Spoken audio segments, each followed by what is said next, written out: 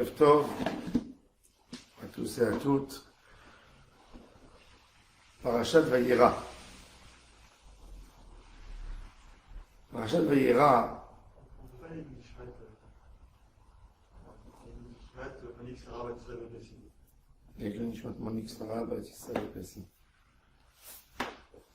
Et les fois Sandrine Yal Badina Dvora. Parashat Vayera commence par l'histoire de la Messirut Nefesh d'Abraham Avinu sur le Chesed. Toute la vie d'Abraham Avinu, c'est une Messirut Nefesh. La Messirut Nefesh du Chesed d'Abraham faire le Chesed à l'extrême.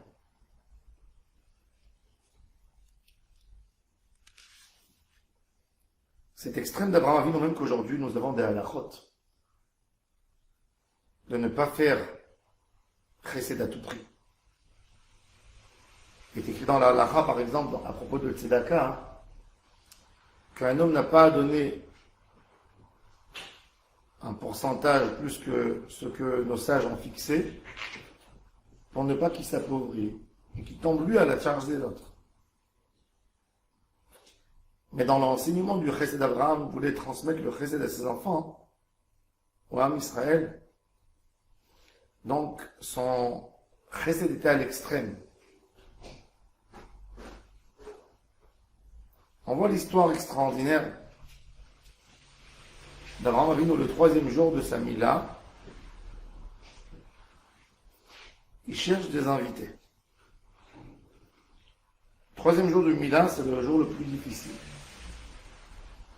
C'est un jour tellement difficile au point que un enfant, que sa Mila a été repoussée d'une raison ou d'une autre, s'il avait de la jaunisse, par exemple, ou le poids, il n'avait pas assez de poids pour résister la Mila et on a repoussé la Mila. La Mila n'a pas été le 8e jour. Et bien, nous n'avons pas le droit de faire cette Mila le jeudi, du moment que ça a été repoussé. Pourquoi? Pour ne pas que le 3e jour tombe Shabbat, et on devra profaner le Shabbat. Ça veut dire que tu rentres dorénavant dans un Chilul Shabbat. Non. Alors on repousse, fait le dimanche, lundi, mardi. Mais pas jeudi. Le 3e jour de la Mila, c'est un jour dur. On a vu ça aussi dans les enfants de Yaakov Avinu. Ils sont partis tuer les habitants de la ville Shrem. Il est écrit dans le pasuk Vayi bayom hashelishi biyotam kohavim. C'est un jour dur. Et Abraham Avinu, ce jour, il lui manque des invités. C'est écrit dans le Midrash que Akadosh Baruch Hu ne voulait pas que cet homme qui a 100 ans et qui a fait la Brit Mila souffre ce jour. Et Abraham Avinu qui souffre du manque d'invités. Alors il se met à la porte de sa tente, l'heure du midi, Kechomayom, au zénith. Il est vrai que Abraham Avinu n'est pas sorti dehors, il faisait très chaud. Mais d'être à la porte, c'est pas encore assez dangereux, c'est pas dangereux. Il peut rentrer dedans dès qu'il a chaud, il peut boire, et il veut absolument des invités. Kadosh Baruch Hu voit sa peine, et il lui envoie 3 anges. Il envoie Raphaël pour le guérir de la plaie de la brite. Gabriel, celui qui va aller avec eux pour détruire Sodome. Et Michael va annoncer la naissance de Yitzhak. Abraham Avinu ne voit pas que c'est des anges. Ils lui sont apparus comme des bédouins. Les bédouins d'aujourd'hui sont musulmans. Mais les bédouins existent avant Ishmaël. C'était des gens qui ne supportaient pas la civilisation et préféraient rester dans les espaces du désert. C'est-à-dire, c'est des gens qui n'ont jamais accepté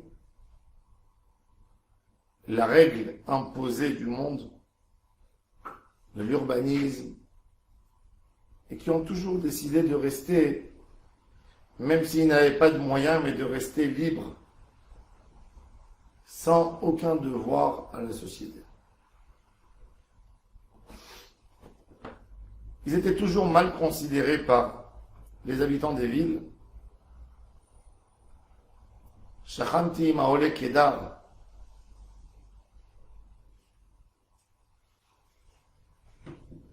Kedar, les gens, ils avaient même des croyances bizarres. Une de leurs bases de Emouna, c'est qu'ils se prosternaient à la poussière qu'il y a sur leurs pieds. Va comprendre pourquoi ils font ça. Ils avaient une théorie dans ça. Et Abraham Avinu voit 3 personnes de ce groupe, et il court vers eux, et avec tous les mots du respect qu'on garde à des gens, des hommes importants, il s'adresse à eux. Adonai, mes maîtres. Il parle au pluriel. Il y a un débat dans la Gemara. Est-ce que ce mot, il est Kadosh ou il est Chol? Entre Rabbi Akiva et Rabbi Ishmael. C'est-à-dire, vous savez que le scribe, dans Sefer Torah, chaque fois quand il écrit le Sefer Torah, et il arrive à un des 7 noms d'Akadosh Baruch Hu, qui est Shaddai, Tsevaot, Elohim, Adonai, Aleph, Dalet, Nun, Yud, Yud, Kevav, Ke, Ya, El. Il a besoin de dire Areni Kotev, Leshem Kedushat Hashem. Il ne suffit pas de la phrase qu'il a dit Areni Kotev, Leshem Kedushat Sefer Torah. Il faut particulièrement mentionné avant d'écrire Shem Hashem, Areni Kotev, le Shem Kedushat Hashem. Il y a des kavanot. La question de la Gemara, le débat, c'est ici, Akadosh Baruch Hu, il parle avec Abraham Avinu. Et tout d'un coup, il est écrit, Vayomar, Adonai, Imna matzati chen be'enecha, al na ta'avor me'al avdecha. À qui il s'adresse, Abraham Avinu? Est-ce qu'il s'adresse à Kadosh Baruch Hu, ou il s'adresse à des hommes? Alors dans la Gemara, dans la Sechet Shevuot, Daf Lamed, il y a le débat. Il dit non. Il a appelé ces gens, mes maîtres. Tu dis en pluriel, tu dis au singulier, tu dis Adoni. Et quand tu parles avec des gens que tu veux leur dire, tu peux dire Adonim Nirbadim. Mais quand tu veux leur dire qu'ils sont tes maîtres à toi, tu leur dis comment? Adonai, mes maîtres. Oui. Poralai, Avotai, Banai, Adonai. Ça c'est Chol. Alors si c'est Chol, le scribe il n'a pas besoin de dire Areni Kotev, Leshem Kedushat Hashem. Et si c'est Kodesh, il doit dire. Alors c'est quoi Kodesh? Alors Rashi nous dit, Aya Omer la Kadosh Baruch Hu lehamtin lo, ad sheyarutz v'yachnis et haor. Il demandait à Kadosh Baruch Hu d'attendre, de patienter, jusqu'au moment où il va accueillir les invités. Maintenant, c'est pas qu'il a demandé à Kadosh Baruch Hu une minute.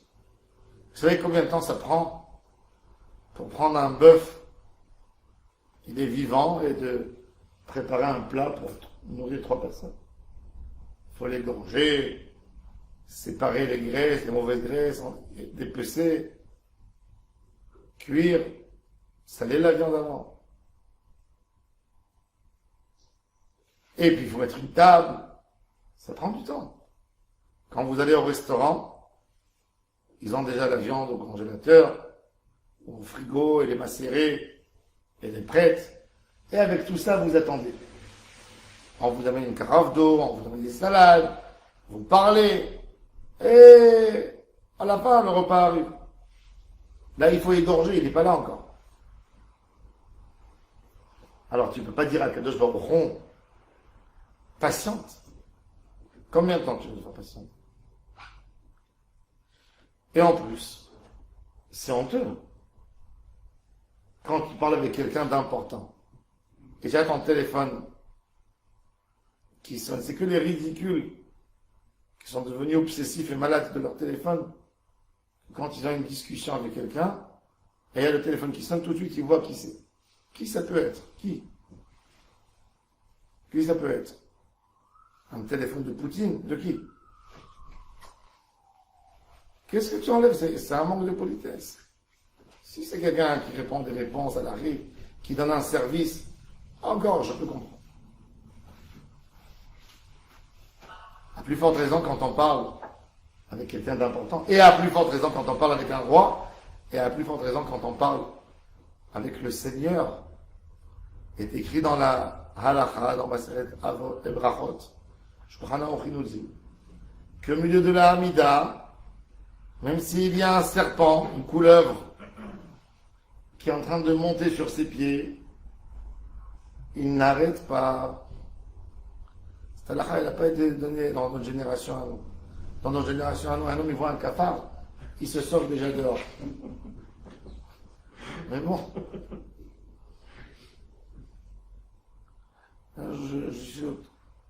J'étudie en haut dans le toit, en haut. Et ma femme, elle m'appelle au téléphone, elle est en bas. Je lui dis, qu'est-ce qui se passe? Vas-y, au téléphone, doucement. Un cafard. Je lui dis, c'est un brigand qui te fait un hold-up, que tu parles comme ça. Tu peux dire un cafard. Je lui dis, mais pourquoi je dois descendre? Prends un balai, tu dis, non, je me sors de la maison. Bon, va descendre en bas, prends le cafard. Alors bon, mais la halakha elle nous dit, Afilu nachash karuch ala kevo lo yafshik. Alors Abraham Avinu, il parle avec Hachem, Hachem vient le voir, lui fait une faveur, 3e jour de sa Brit Milah, et il dit à Hachem, patiente. Comment il a pu faire une chose pareille? Est-ce que c'est pas audacieux de sa part de laisser à Kadosh Baruch Hu et d'aller accueillir 3 bédouins?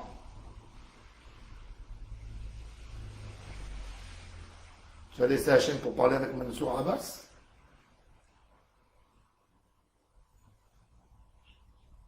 Bon, même qu'il y a des gens qui l'ont fait,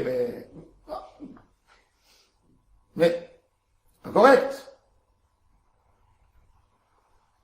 De là, nos sages ont tiré une leçon extraordinaire. Gdola,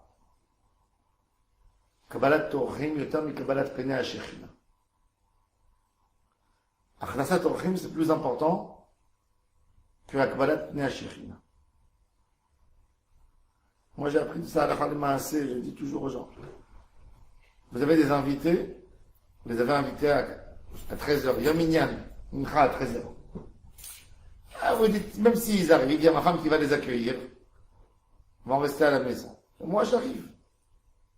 Plus tard. C'est pas à l'aise pour un homme quand il rentre. T'as pas la porte. C'est la femme. La Gemara, elle dit, En derech isha lekadem et haorchim. C'est ish. Lo yavor hamoni ou moavi b'kehal Hashem. Al devar Hashem lo kidemu etrem balechem goren. Ils n'ont pas donné le pain et l'eau à Israël.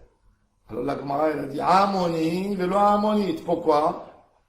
C'est l'homme qui fait rentrer les gens chez lui à la maison, pas la femme. Alors c'est pas joli. Vont arriver les invités, c'est la femme qui ouvre la porte. Ils sont comme ça debout. Ils sont pas à l'aise, le maître de maison, le foyer, il n'est pas là. Reste à la maison, fais ta amida à la maison. Gdola kabbalat rochmi, יותר מהקבלת פני שכינה. Hein? Nous, on est tellement éloignés de la valeur du Ben Adam Lachavero que c'est difficile des fois de comprendre. On ne s'imagine pas à quel point on peut arriver à un Avodat Hashem avec du Ben Adam Lachavero. D'où Abraham Avinu a tiré cette leçon? Abraham Avinu a compris que quand Hachem vient le voir, c'est quoi? Ça fait partie de la manière où s'exprime le nom divin dans le côté chesed. On a expliqué que Kadosh Baruch Hu n'a pas de nom. Hachem, il n'a pas de nom. Il n'a pas un nom. Qu'est-ce qu'il a? Des actions. Ça dépend de l'action que Hachem va faire, qui va lui donner un titre ou un nom. Si l'action que l'homme va ressentir, c'est une action de miséricorde, ben il va dire Ado, Yud Keva, Chesed. S'il va voir une action rigoureuse, ben il va dire Elohim. Et ainsi de suite, tous les noms d'Hachem. Les noms d'Hachem, c'est les péroulotes d'Akadosh Baruch Hu. Alors la péroula que Akadosh Baruch Hu a fait quand il est venu voir Abraham, c'était Chesed.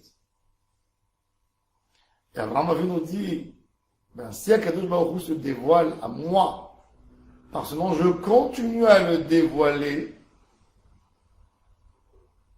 du fait que je vais recevoir ces trois personnes. Je continue à dévoiler ce nom d'Hachem. C'est pas que je quitte Hachem. Et il a compris qu'il n'y a pas un plus grand plaisir pour Hachem que sa volonté se fait. Quand Kadosh Baruch Hu il a dit Baruch she'amar ve'haya ha'olam, c'était le côté chesed qui a parlé. Qui a amarti à Kadosh Baruch Hu nous dit Olam chesed ibani. Hachem a créé le monde par le nom chesed. Shem Havaya, Shem Ayin Bet, qui est Gimatria Chesed. Chesed en chiffre numérique, c'est 72. C'est le Shem Havaya Yud qui est Ravke, Bemilouy Yudin.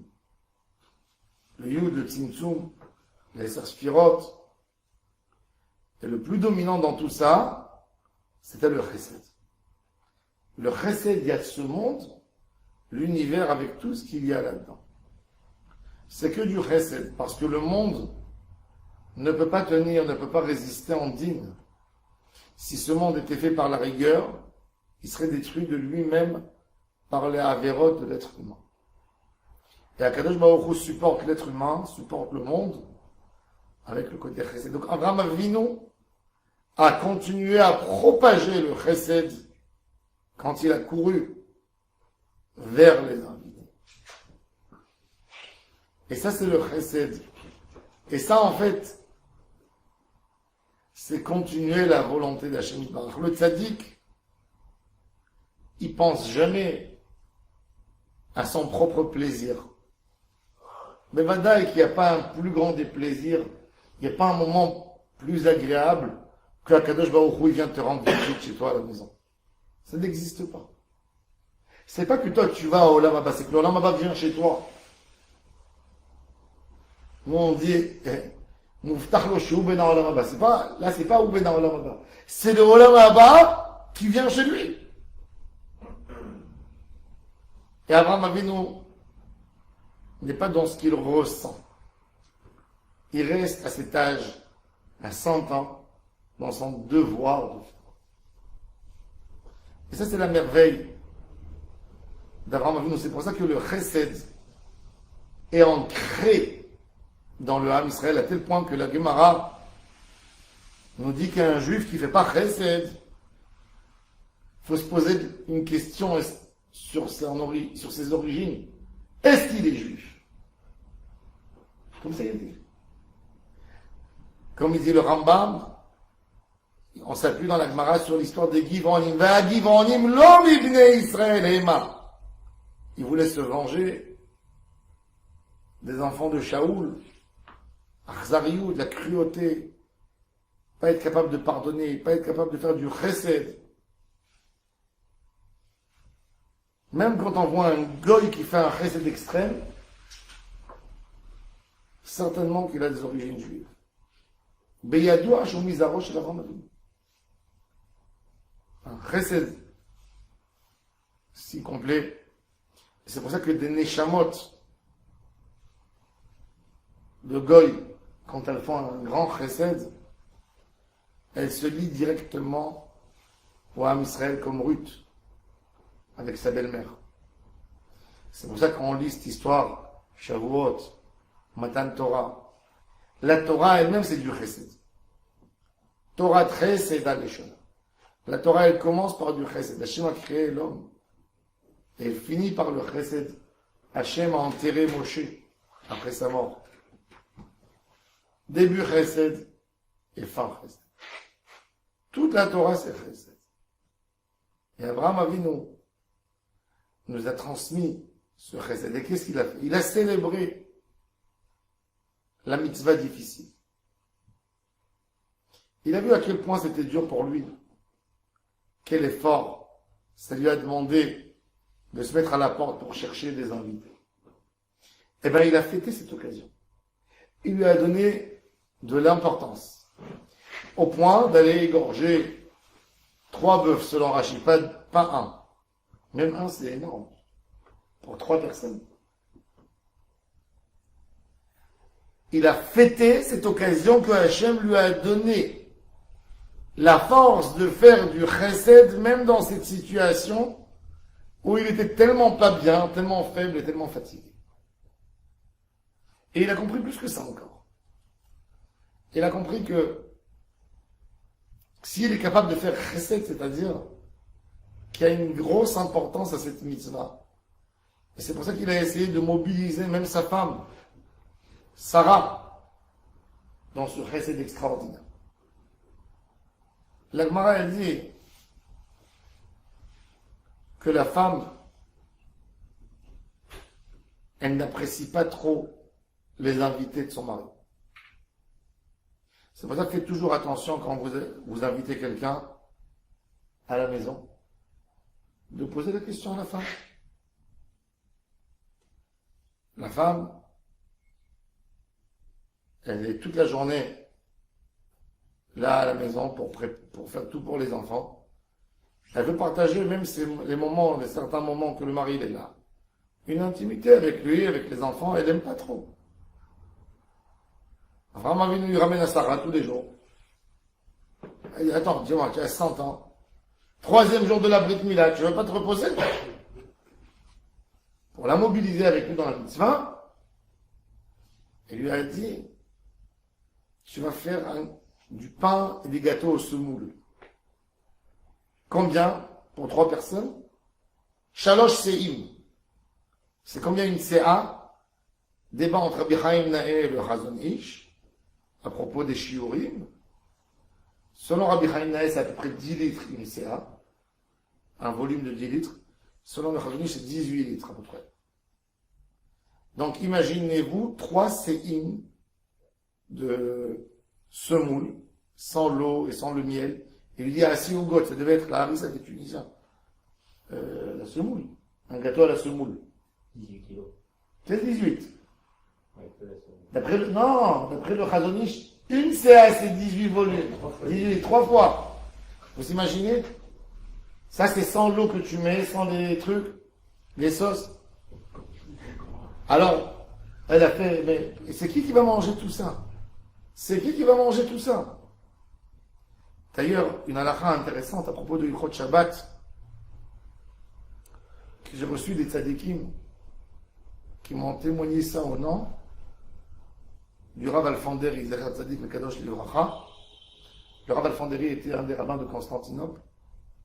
il est venu à Jérusalem, il a vécu 118 ans. Il a écrit un psaque en halakha 2 jours avant son décès. Il faut voir quel psaque il a écrit. Quel pile-poule. Il allait sans canne, sans lunettes. Et quand des rabbins à 80 ans, ils montaient chez lui, moi j'étais dans sa maison, la maison a été détruite. C'est la rue Al-Fond en bas de Chouk Mohané Yehuda à Jérusalem. Alors ils montaient avec leur chamachim dans les escaliers, ils disaient allez aider les enfants à monter les escaliers. Eux ils avaient 90 ans, mais lui il avait déjà 118. Donc ils disaient allez aider les enfants. Bon bref. Et lui il disait, il a perdu sa femme, il a eu le temps. Et oui, et il disait de lui préparer un repas de Shabbat, un repas copieux sur la table. Et il demandait à celui qui s'occupait, je veux des grandes salades, je veux. Et il mangeait, qu'est-ce qu'il mangeait? Une cuillère de chaque chose. Et il disait, le shamash lui disait, Rav, c'est pas Batashrit, qu'après le Shabbat, je dois tout jeter à la poubelle, il n'y avait pas de frigidaire comme aujourd'hui. Il a dit non. Le kavod du Shabbat, c'est une belle table. C'est pas une petite table avec un repas de poiraline que tu manges dehors, non. Une table de Shabbat, c'est des belles assiettes, c'est une nappe dressée. C'est un bon plat à table, grand plat, pas un petit morceau dans l'assiette. Et il dit, même si on jette, le kavod du Shabbat, c'est ça demande ça. Abraham Avinu, il a fait un festin. S'il est capable d'égorger un bœuf, alors, et il demande à Sarah de participer avec lui. Et ce qui est très intéressant, le dit ce Ridouche, il dit par l'arrière-petit-fils du Khatam Sofer, je ne me rappelle pas de son livre, mais j'avais vu ça, il y a des années dans un ancien livre. Il dit que Sarah a cassé son caractère de dire pourquoi tu les as amenés, pourquoi tu te fais embêter par eux. Comme elle a cassé son caractère, tout de suite, Akadosh Baruch Hu a cassé la gzéra qu'il y avait sur elle. Il y avait une gzéra qui n'est pas d'enfant. Rashi, c'est très intéressant. Quand Abraham Avinu, il prépare tout, il finit de préparer tout, il met à table ce qu'il a préparé. Alors nous, on a mentionné, qu'est-ce qu'on a dit? Qu'est-ce qui est employé dans la paracha qu'il veut préparer pour les invités? Alors il leur a dit du pain, pat lechem, du beurre, du lait, de la viande. Il a dit à Abraham de faire des gâteaux. Quand il leur a mis devant eux à manger, qu'est-ce qu'il a mis? De la viande, du lait et du beurre. Et c'est pas écrit le pain. C'est pas écrit. Alors Rachid dit, ils sont où les gâteaux? Ils sont où les galettes? Lechem lo hevi. Les fiches et Peressa, Sarah Nida, Shechazar laorach kanashim otoem et nitmet aïssa. La Gemara dans Baba Metia d'Arpezaïn nous dit que tout de suite, à la fin de la préparation de la pâte, Sarah est devenue jeune. Elle était ménopausée des années, elle a 90 ans. Des années. Elle a eu les règles quand elle a fini là. Ça veut dire quoi? Ça a annoncé qu'elle pourra tomber enceinte. Elle a cassé sa nature. Et bien, Kadosh Baruch Hu a cassé la nature pour elle. Et c'est magnifique. Quand un homme, il fait tout son effort, et il casse sa nature pour Hashem Yitbarach, Hashem Yitbarach casse toutes les barrières du monde pour lui. Ça, c'est les tzadikim. Par des actions merveilleuses de Messirut Nefesh pour Hashem, la récompense, c'est tout le Ham Israël est sorti de cette histoire. Tout. Le Ham Israël est né grâce au Chesed. Ham Israël est né grâce au Chesed. Et Akadosh Baruch Hu nous a montré que le Ham Israël, il est au-dessus de toute la nature. C'est pour ça que Yitzhak est né à son papa quand il avait 100 ans et à sa maman quand elle avait 90. Akadosh Baruch Hu, il aurait bien pu donner Yitzhak à Abraham. Plus tôt, il était déjà bien tzaddik à l'âge de 45 ans. Pourquoi il a attendu tellement? Pour dire que tout le Ham Israël, c'est un Nes. On vit dans le Nes, on est un Nes. Notre présence dans le monde. Sur l'estrade de l'histoire, 3600 ans, on n'est pas descendu. C'est un Nes. Tout est un Nes. Mais quoi? Parce que ça vient avec un effort. On ne reçoit pas de cadeaux d'Akadosh Baruch Hu, des cadeaux exceptionnels comme ça, sans faire un effort. Vous savez, Rashi Akadosh. Comment il a eu ce mérite d'être tellement populaire? N'importe quel Gemara que vous ouvrez, il faut Rashi. N'importe quel texte dans la Bible, c'est Rashi. Rabbi Nachman a donné une si belle définition sur lui, il a dit c'est le frère de la Torah. C'est-à-dire, il est inséparable. C'est beau. Le papa de Rashi était bijoutier, diamantaire.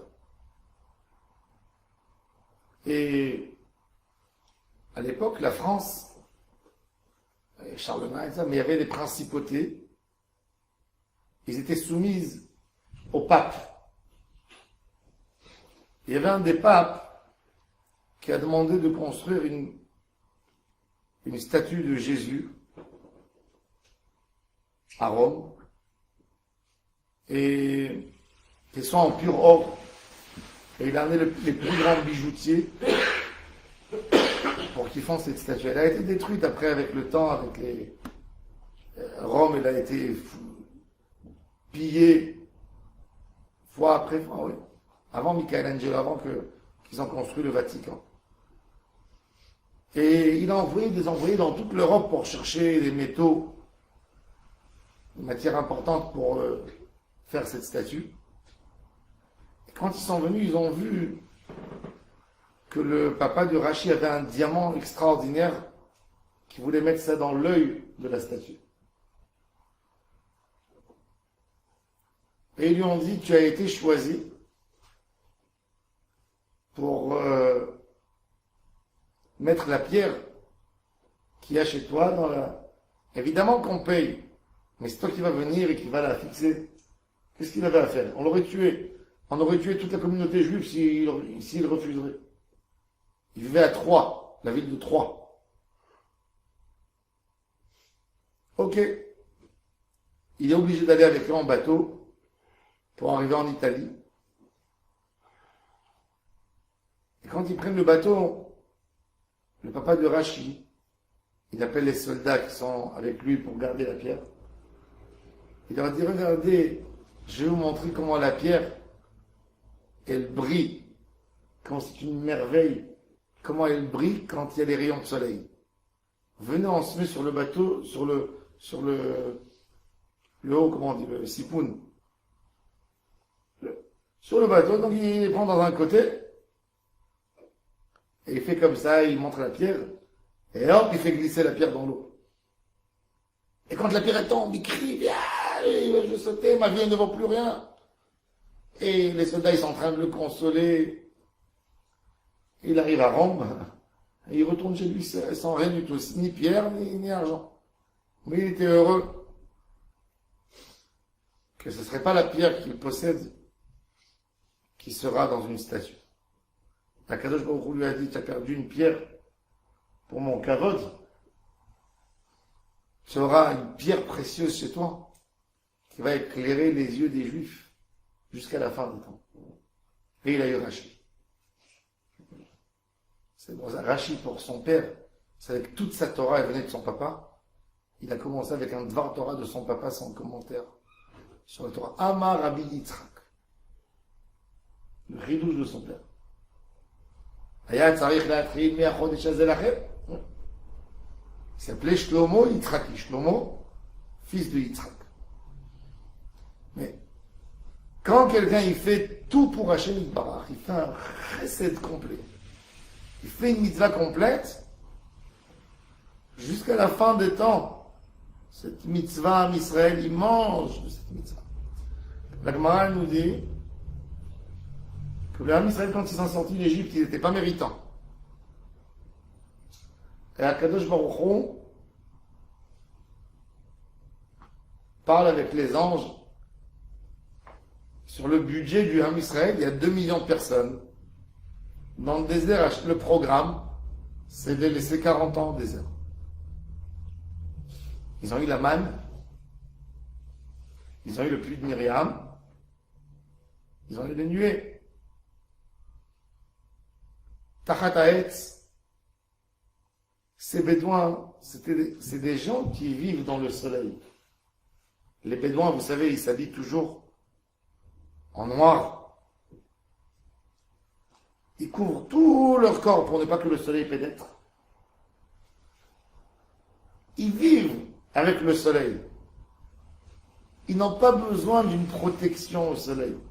Nous, on marche dans le soleil. 10 minutes, on est déjà... Pourquoi? Parce qu'on vit avec les masganim. Aujourd'hui, les gens, ils rentrent à la maison, ils allument le masgan. Ils n'ont même pas ouvert les fenêtres pour voir est-ce qu'il fait bon dehors. Automatiquement, ils allument. Alors, l'homme, il vit pas le temps. Eux, ils vivent, ils savent comment vivre. Ils n'ont pas soif, ils ne transpirent pas. Je l'ai vu de mes propres yeux. Il y a 10 ans, on a voyagé en Jordanie sur la tombe de Aaron à Cohen. Et nous, on est gâtés.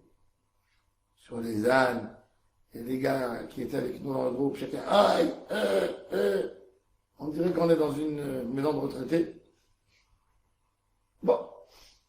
Et on avait des jeunes bédouins qui couraient avec nous. Et moi, j'avais un jeune, il avait 10 ans. Abdallah, je me rappelle. Et moi, je fais sortir ma bouteille d'eau, je bois. Il fait chaud. 50 degrés. Le premier Av, mois d'août. Et je lui dis, Abdallah, bois. Il me dit, non, Yassidi, non, mon maître, non. Toute la journée, il montait, il sautait, avec l'âne. On est monté 1300 mètres sur la montagne. Il fait 1300 mètres d'altitude. Rien du tout. Et je lui dis, bois. Non. Le soir, il est arrivé 5 heures du soir, il était avec nous depuis 8 heures du matin, pas une goutte d'eau. Le soir, quand on est descendu, déjà, il faisait plus frais, ça s'est calmé, puis c'est un endroit sec, il n'y a pas d'humidité. Il s'est retourné vers moi, il m'a dit, maintenant j'accepterai avec joie l'eau. Je lui ai donné la bouteille d'eau, et il s'est mis comme un chameau. Il a bougé sa tête comme ça. Il a mis une position à la bouteille. Il a vidé 1,5 litre dans son corps. Et hop, il était bien. Et moi, je lui ai dit, pourquoi maintenant tu bois? Il m'a dit, en journée, j'ai pas envie de transpirer. Plus tu as de l'eau dans ton corps, tu habitues ton corps. Maintenant, le soir, je vais dormir avec ça. Je vais manger légèrement. Et vous n'avez plus besoin de rien du tout. Donc, eux, ils n'ont pas besoin. Ils sont sous le soleil, c'est comme s'ils sont sous l'ombre. Ils sont nés dans le désert, c'est les hommes du désert. Et Abraham Avinu leur propose quand même, Veisha'anu tachat ha'etz. Il leur amène de l'eau pour laver les pieds. Alors, il m'a dit, pour l'ombre, il s'est occupé d'eux pour leur donner de l'ombre. Ces enfants, ils vont avoir la nuée. Il s'est occupé pour leur amener, les gâter, leur donner de l'eau pour laver leurs pieds à midi quand ils ne le font pas. De l'eau pour ses enfants 40 ans. La semoule que Sarah voulait faire, ils ont reçu la manne. La viande qu'il leur a donnée, le star, l'écaille, 40 ans. Ce chesed d'Hachem, le chesed d'Hachem, il est toujours, c'est l'homme qui a commencé, Akadosh Baruch Hu, il continue. 40 ans. Et ce mérite de chesed ne s'est pas terminé. Hachem, il a fait manger 2 millions de personnes comme récompense sur ce qu'Abraham Avinu a fait, et ça ne s'est pas terminé. Chesed Hachem, mais le chesed d'Abraham Avinu, notre chesed d'Arafim, la mitzvah des tzadikim, elle reste les élèves d'or. Le Rambam nous dit, détrompez-vous. Toutes les habitudes que nous avons aujourd'hui, c'est de la consommation. Tu consommes. On te donne de l'argent, tu termines l'argent. On te donne à manger, tu termines. Chaque chose a un début et il a une fin. Le Olam Haba, c'est un monde éternel. Tu peux recevoir sur une mitzvah, toi, ton fils, ton petit-fils, ça se termine jamais. Les mitzvot, c'est quelque chose qui n'est pas consommé. Il reste là. Plus il y a eu de la kavana dans ta mitzvah, plus le bien il est fort. Mais c'est un bien qui ne se termine pas. Il ne se dégrade pas avec le temps. Chesed, mushlam. Comme la mitzvah elle est shlema, ben le bénéfice il est pour tout le temps. Et c'est pour ça que le monde, le Olam Haba, il est éternel. C'est de l'éternité. Hashem Yitbarach, il est éternel. Le monde de la récompense, c'est l'éternel, c'est plus ce monde, c'est l'éternité.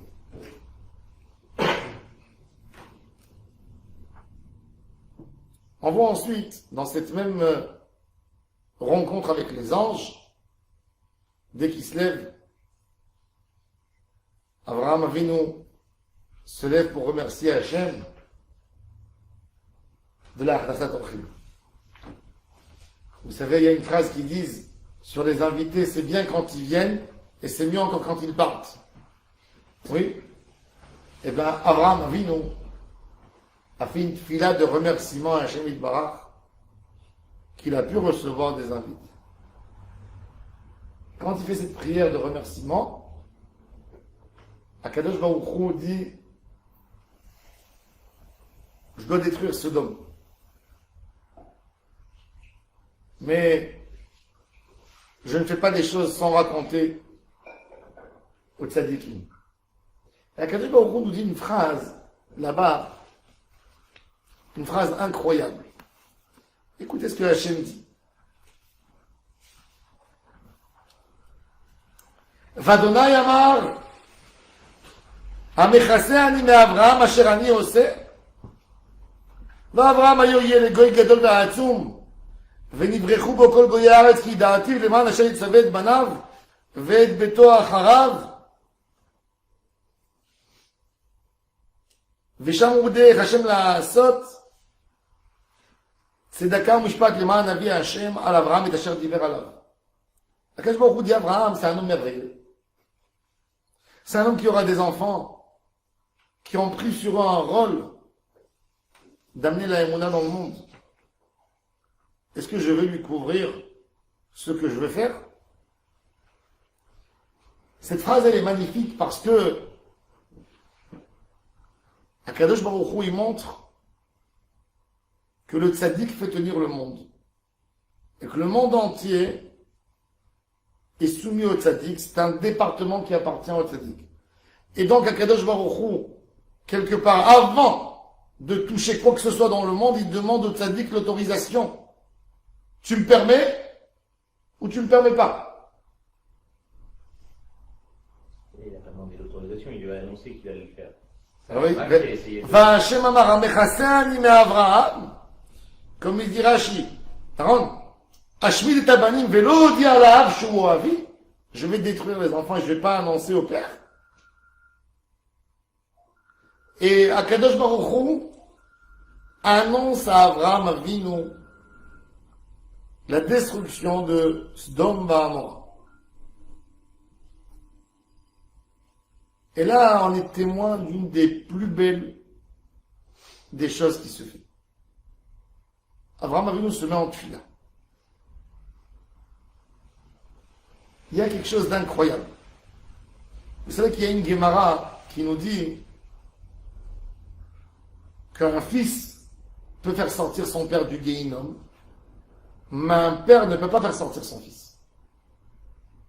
Bra, mezake Abba, lo mezake Bera.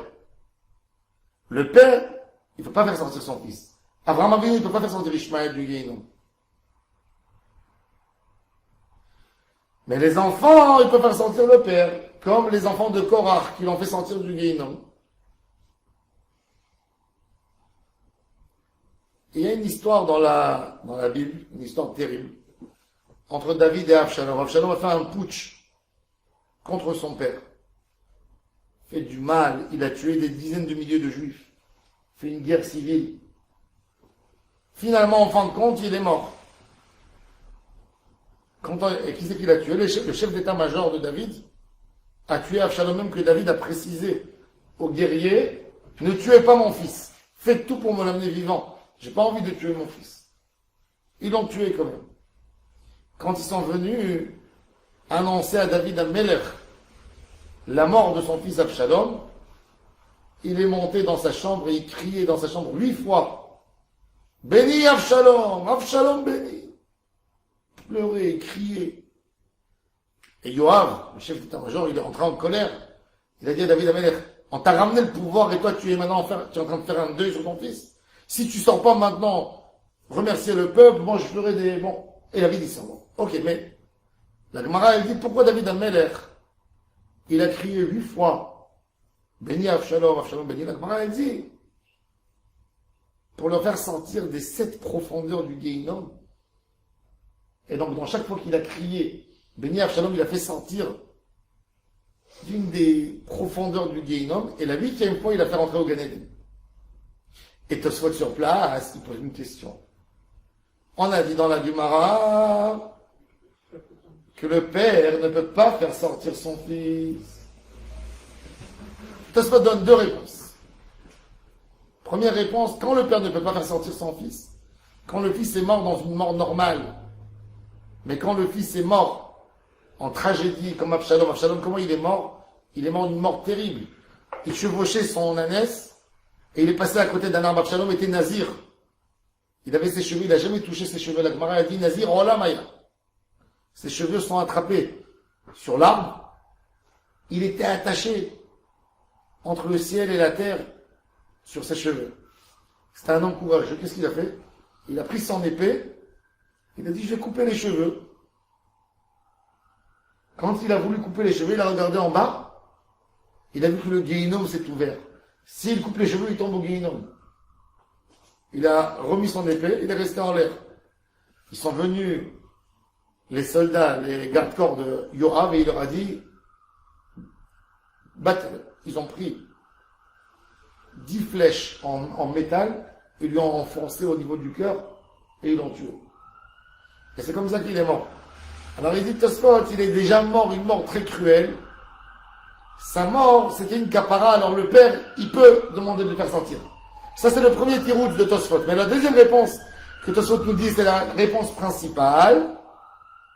Il dit, un père ne peut pas faire sortir son fils du Guéhinom en faisant des mitzvot, mais en faisant une prière, oui.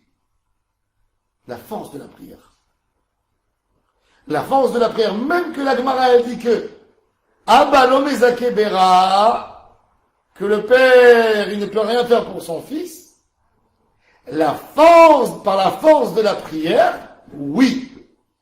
C'est-à-dire que la prière, elle casse tout. Il n'y a pas, avec la prière, une xéra qui ne peut pas être annulée. Tout est annulé. Même une parole d'Hachem, une règle imposée par Hachem, que les êtres humains, un père ne peut pas sauver son fils, eh ben, par la tfila, oui. Et c'est ce qu'il fait Abraham Avinu pour essayer de sauver la population de Sodome. Hachem lui dit, je vais les détruire. Regarde le mal qu'ils ont fait. Pour Abraham Avinu, Sodome, c'est les plus mauvais du monde.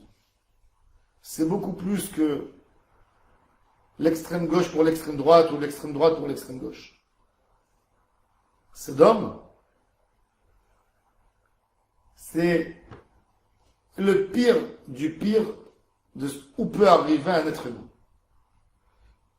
Quand on veut, jusqu'aujourd'hui, quand on veut exprimer un dégoût total de quelque chose, d'une avéra, on dit Sodome. C'est rentré dans toutes les langues. C'est Sodome, Shemishma. C'est pour exprimer le plus grand dégoût. Donc, une ville entière qui était dans cette Toum'a, dans cette méchanceté, avec ceux qui n'étaient pas de leur groupe. C'est écrit dans le Midrash qu'ils ont pris la fille de Lot. Quand il donnait à manger à un pauvre, il y avait un pauvre qui est arrivé à Sodome. Sodome, c'était, sans comparer, oui, mais d'une certaine manière. Vous savez, la Suisse, elle n'a pas de gardien dans ses frontières. Presque pas. C'est ouvert. Pourquoi elle n'a pas peur des émigrés? Un jour, un ministre suisse, il a expliqué. Il a dit, notre garde contre les émigrés, c'est le coup de vie ici. Un émigré, un homme pour habiter en Suisse, il a besoin de 10 000 francs suisses pour vivre, pour passer le mois. Le jour, il lui coûte 300 francs. Qu'est-ce qu'il va venir habiter là-bas? Il peut pas. Il veut s'acheter un café, ça va lui coûter les yeux de la tête. Il veut s'acheter un pantalon. Impossible. Alors, il se sauve. Où il va? Chez les pigeons, chez les Français, chez les Italiens, chez les Allemands. Alors ils n'ont pas peur. Eh bien, à Sodome, pour empêcher les clandestins, les émigrés, les réfugiés de rentrer chez eux, ils ont instauré une loi. Il ne pourra même pas trouver un verre d'eau dans les rues. C'était très beau, Sodome. Quand tu rentrais, c'était écrit « Bienvenue » à Sodome. Sauf que tu as besoin d'aller aux toilettes, il n'y a personne qui te laisse rentrer. Il n'y a pas de l'eau dans les rues.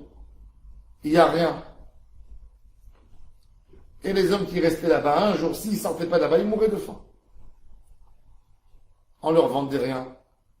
Il y a la loi, elle nous dit qu'il faut amener, on est obligé de vendre que à celui qui présente un passeport de Sodome. Je suis désolé, avec un sourire. Un sourire. Et il y avait un clochard qui tournait dans les rues de Sodome. Et les gens qui voyaient, un jour il est là, 2 jours, 3 jours, 4 jours, 1 mois, 2 mois, c'est devenu fou. Toute la ville parlait de lui. Comment ça se fait qu'il vit ce monsieur? Puisque on est censé ne pas donner de l'eau, ni du pain, ni lui vendre. Donc ils se sont mis à enquêter. Et ils ont vu que la fille de Lot prenait son seau, elle faisait comme si elle allait puiser de l'eau dans le puits. Quand elle arrivait au coin d'une rue, elle lui laissait, elle se tournait pas derrière, elle faisait sortir du seau un sac avec du pain, une petite gourde d'eau. Elle posait comme ça, elle se sauvait. Et lui, il venait, il récupérait. Ils ont pris la fille de Lot, ils l'ont déshabillée, ils l'ont oint avec du miel. Et ils l'ont posée, ils l'ont attachée à côté d'une ruche d'abeilles. Elle s'est faite piquer des dizaines de milliers de fois. Elle hurlait, imaginez-vous les cris qu'elle poussait. C'est ce qu'Akadosh Baruch Hu, il a dit, Zaakat Sedom Ba'amora, c'est le cri de la fille de Lot. Quand il y a eu ça, Hachem a dit, je vais détruire la ville, ça y est. Et Abraham Avinu, il prie, il crie, Hachem, ne détruis pas ces gens. C'est des êtres humains. Front et chouva. Je te trouve 50, tu la laisses? Et Hachem dit oui. Et peut-être les 50 manqueront 5, 45. D'accord, je les laisse pour 45. Et 40. Et 30. Et 20. Et 10. 10, il a arrêté de demander. S'il aurait demandé, on ne sait pas ce que Hachem aurait dit. Mais qu'est-ce qu'on a vu ici? Que par une tfila, tu peux changer toutes les xérotes. Vous avez compris c'est quoi la force là-dessus? C'est ce que j'ai dit, que Tosfot il nous dit que par la tfila, même un père peut faire sentir son fils. Tfila, c'est la prière. Et tfila, de se mettre dans la tfila. De donner tout le poids dans la tfila.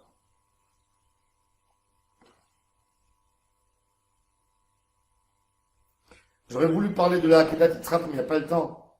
Ça demanderait une heure facile pour parler. Mais je vais vous dire un petit point. Et je veux que vous pensez là-dessus. La Akedat Yitzhak, pour avoir ma vie, il y avait déjà un précédent. C'était quoi le précédent? C'était quoi le précédent? C'est qu'Abraham lui-même était prêt de tomber dans le feu avec Nimrod.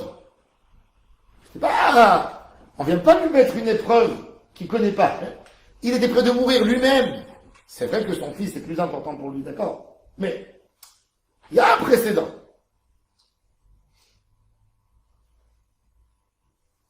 Imaginez-vous, voilà, on a parlé maintenant de la tfila qu'Abraham a fait pour Sodome. Si on aurait annoncé à Abraham que son fils Yitzhak est très malade et que les médecins ne lui laissent pas plus que quelques jours pour vivre, qu'est-ce qu'il aurait fait avec Hachem? Il aurait prié, n'est-ce pas? On est bien d'accord. Hachem, fais-le vivre. Quand Hachem lui a dit, lui a fait comprendre qu'il voulait qu'il sacrifie son fils, il n'a pas prié pour annuler le décret. Pourquoi il n'a pas prié? Pourquoi il n'a pas prié? Hein? Quand il y a la nature qui agit, le tzaddik prie.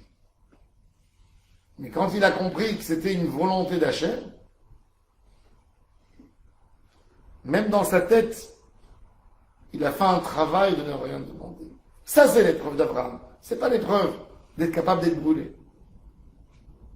Parce que ça, il a déjà fait. De vivre avec cette demande extrême. Mais le Ran, il nous dit plus que ça. Il dit que Hachem, il n'a même pas donné un ordre. Si Hachem aurait donné un ordre à Abraham, ça aurait été beaucoup plus facile, ça aurait facilité la tâche. Si Hachem disait à Abraham, je t'ordonne d'aller sacrifier ton fils, ben Abraham, il aurait dit, je t'ai ordonné. Mais qu'est-ce que Hachem lui a dit? Il a perturbé dans le mot qu'il lui a dit. Il lui a dit, Karna, s'il te plaît, si tu veux. Si tu veux pas, non, hein. Si tu veux pas, non. Pas grave. C'est pas grave. Il n'y a rien qui va changer entre nous. Mais moi, j'aimerais que tu le sacrifies. Ça, c'était l'épreuve d'Abraham Avinu. De ne rien dire. Même dans la pensée. Ça, c'est l'épreuve. C'est profond, c'est très profond, ces paroles. C'est Rabbeinu Nissim de Héron, dans Drashot Aran, qui explique ça. Et là, l'épreuve d'Abraham Avinu reçoit une dimension tout à fait différente de ce qu'on connaît. C'est pas d'aller égorger son fils, sacrifier son fils. C'est beaucoup, beaucoup plus profond. Au niveau des prières, au niveau de la pensée, au niveau de vivre la demande d'Hachem Barach. C'est pour ça que cette épreuve, elle est... Jusqu'aujourd'hui, on bénéficie de cette épreuve. Jusqu'aujourd'hui, 3600 ans après, on la mentionne tous les Rosh Hashanah, Akedat Yitzhak. Tous les matins, dans la Tfila, dans les Korbanot, on demande à Hachem de voir cette cendre virtuelle de Yitzhak. Parce que il y a Hachem Barach, il a témoigné sur la pensée d'Abraham Avinu qui était pure du début jusqu'à la fin. Et c'est pour ça que c'est l'épreuve d'Abraham et pas l'épreuve de Yitzhak. Pour Yitzhak, c'est une action. Pour Abraham, c'est la pensée. C'est le cœur. Il a tout donné à Hachem Barach. Tamim, c'est Shalem, même dans son cœur. Même dans son cœur. Ça, c'est le niveau. Ça, c'est la Akedat Yitzhak. Mais encore une fois, les Hachem Shabbat, on va élargir un peu peut-être sur la Akedah. On comprendra mieux les psukim de la Akedat Yitzhak. Baruch Adonai l'olam. Amen ואמן. רבי חנניה בן עקשיא אומר, רצה הקדוש ברוך הוא לזכות את ישראל לפיכך יבלן תורה מצוות שנאמר, אדוני חפץ למען צדקו יגדיל תורה ויאדיר. בסוף כאילו. لذلك كذا شو